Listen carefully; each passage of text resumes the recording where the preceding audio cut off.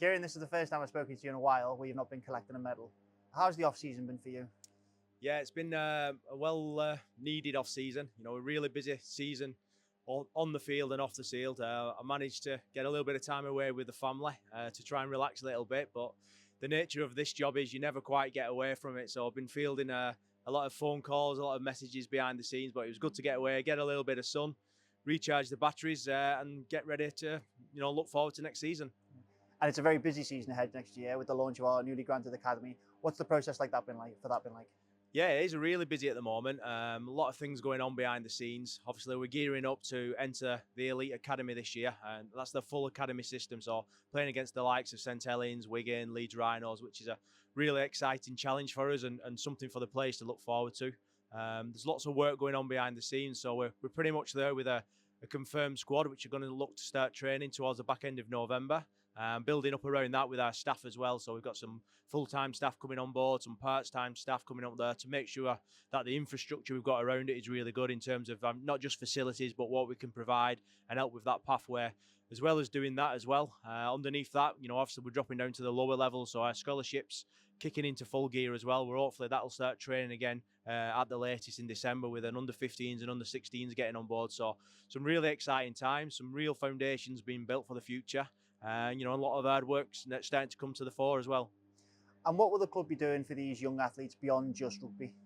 Well, one of the big things we've always looked at is, we have to find different ways to compete at the moment. So a big focus for us, as well as having a rugby education, is off the field. So whether that's going through one of our partnerships with Wigan and Leeds College, which we have a really good relationship there.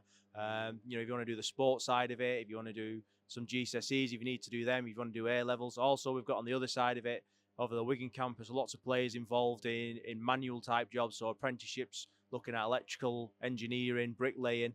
And that's where it's been really important for us to help players on that pathway. So we've got some really good sponsors involved with us as well, which hopefully we're going to announce in the next couple of weeks that have got on board and helped us on that. And potentially we're looking at our first couple of players coming through our academy pathway and going into the work world with some of our sponsors, which is really exciting. And it's early days yet, but can you talk a bit about what the academy schedule is going to look like? It's going to be a really busy schedule for them. Obviously we've got to make sure that we get enough training in there to make sure we're competing with the other teams who've been running it for a number of years. So when we start pre-season, they're going to be coming in 4 times a week. That'll be double sessions of skills and weights mixed with some indoor technique stuff as well to start off with. Around that as well, we'll have some education in terms of gambling education, lifestyle education, some nutrition education, some sports psychology education. So there's lots of things to fit into the calendar. It seems we've got a long time to go now before we start playing, but that's soon going to go with a Christmas break coming up, and straight away you start getting into pre-season friendly. So we've a really busy schedule. It's an exciting schedule and something that a lot of people are really looking forward to being involved in. And can you just talk us through, in simple terms, what exactly is an academy? Well, with the RFL, and a lot of people have probably asked this question with IMG. So with IMG, you're looking at 2 ways for an academy development pathway. So one is what we ran last year, which is through the Lions Development Programme. We're going to maintain that as well this year because that's important to just make sure we keep opening those avenues for players to come in. And that's played more of a community type standard. Your sessions are a bit more ad hoc. You're coming into there and no one's really tied down to a contract. And then the other side of it is the Elite Academy, which the big teams have been in now for a number of years now. What that affords you to do, and it's really important for us in building our future, is to run full scholarships. So you have a little bit more control over the players and where they're allowed to go and not to go. They get tied into you a little bit more, and then it allows you that pathway to step into your academy as well. So you have a genuine route those. So you have an under 15s and under 16 scholarship. After that, then they get the opportunity potentially to step into the academy.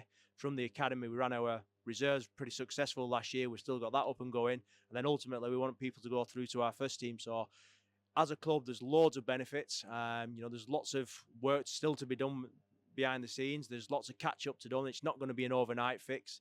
It's not something we're just looking at a 12-month license to do it. We're in it for the long haul. Your license runs for 3 years, but as a club project, we're looking at it over a 10-year program. So there's going to be a massive amount of investment made from everyone at the club. Derek's been really supportive behind it, but it's a long-term project and one that's going to take a lot of time, a lot of effort in there. But we want to stop our local players going to other Super League clubs. We want to make sure we offer that pathway, and that's going to take a little bit of time. We're realistic on that, but it's something a challenge we're looking forward to. And the community, the coaches, the clubs around the Leeds town have been really supportive of it so far.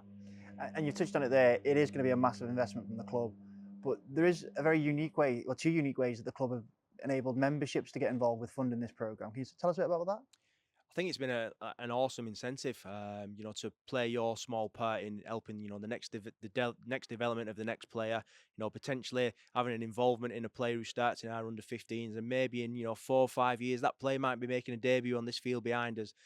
So there's real good incentives there. The Gold Membership Plus is fantastic for people to get involved.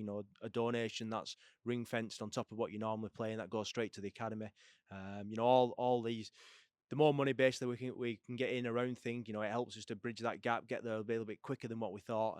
So it's really good incentive. And then just in general, memberships, they have the opportunity to make a donation. Any donation, how small or how big it is really, really grateful, and will help the future of the club.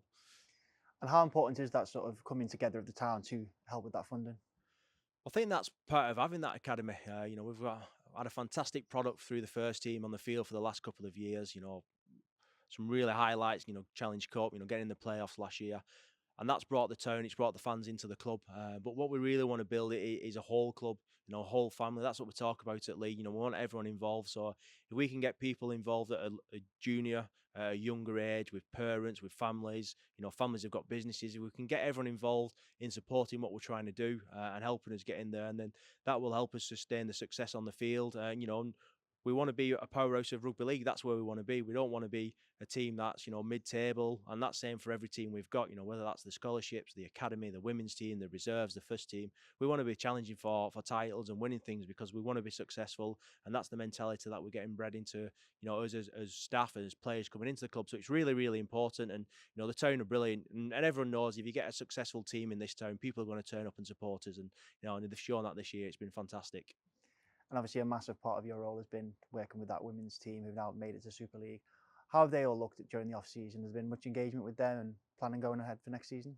Yeah, again, it's been a really long season for the women, and it's crazy to think I think it's 4 weeks this Sunday since we played in that final. It seems an age ago.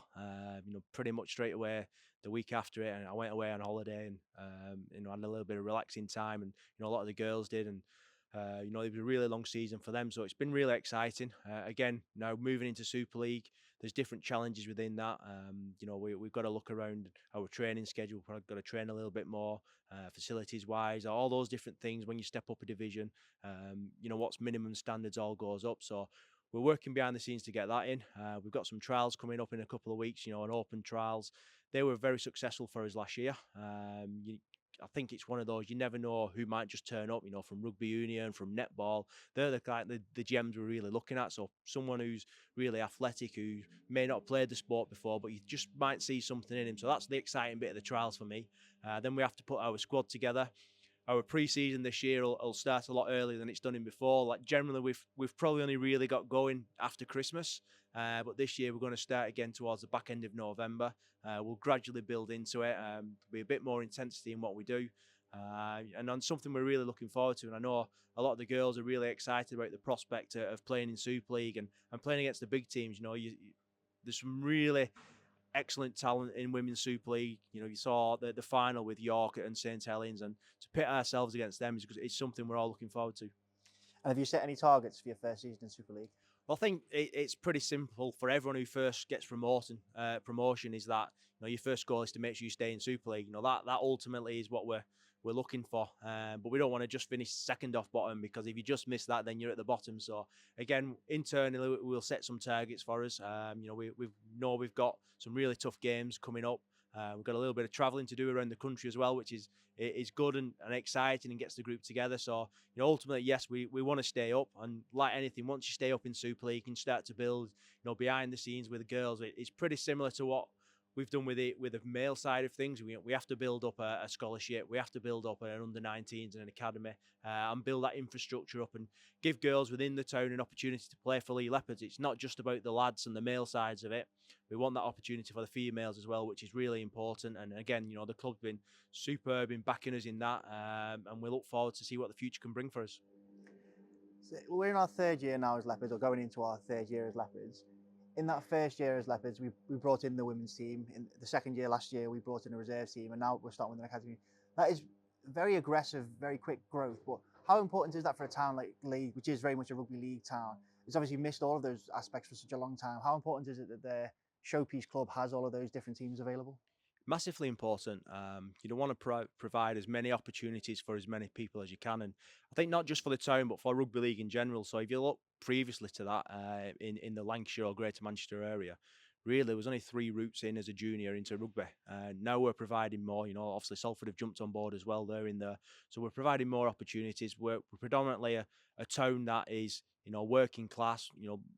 Loads of boys and girls play rugby. The sport is growing around the town. You see people walking around in leopard shirts everywhere, and it's fantastic. So the more opportunities we can provide for them to get involved with our club, the better it is. And everyone has a different route. Not everyone has a straight line and goes from the bottom straight to the top, and it's nice and smooth.